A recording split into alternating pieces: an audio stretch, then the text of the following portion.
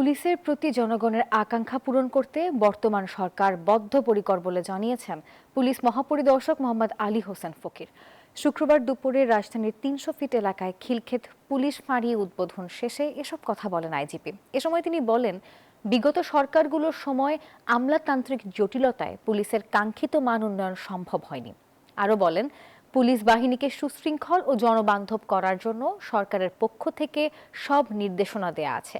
পরে DMP commissioner জানিয়েছেন, প্রযুক্তিতে দক্ষ পুলিশ তৈরিতে কাজ চলছে।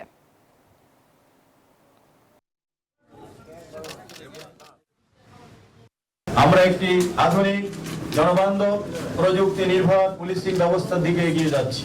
আমরা বিশ্বাস করি জনগণ ও মিডিয়ার সহযোগিতা ছাড়া কোনোভাবে টেকসই আইন শৃঙ্খলার উন্নয়ন নিশ্চিত করা সম্ভব নয়। তাই সকলের প্রতি আহ্বান, পুলিশকে সহযোগিতা করুন, তথ্য দিন, নিরাপদ সমাজ গঠনে অংশগ্রহণ করুন।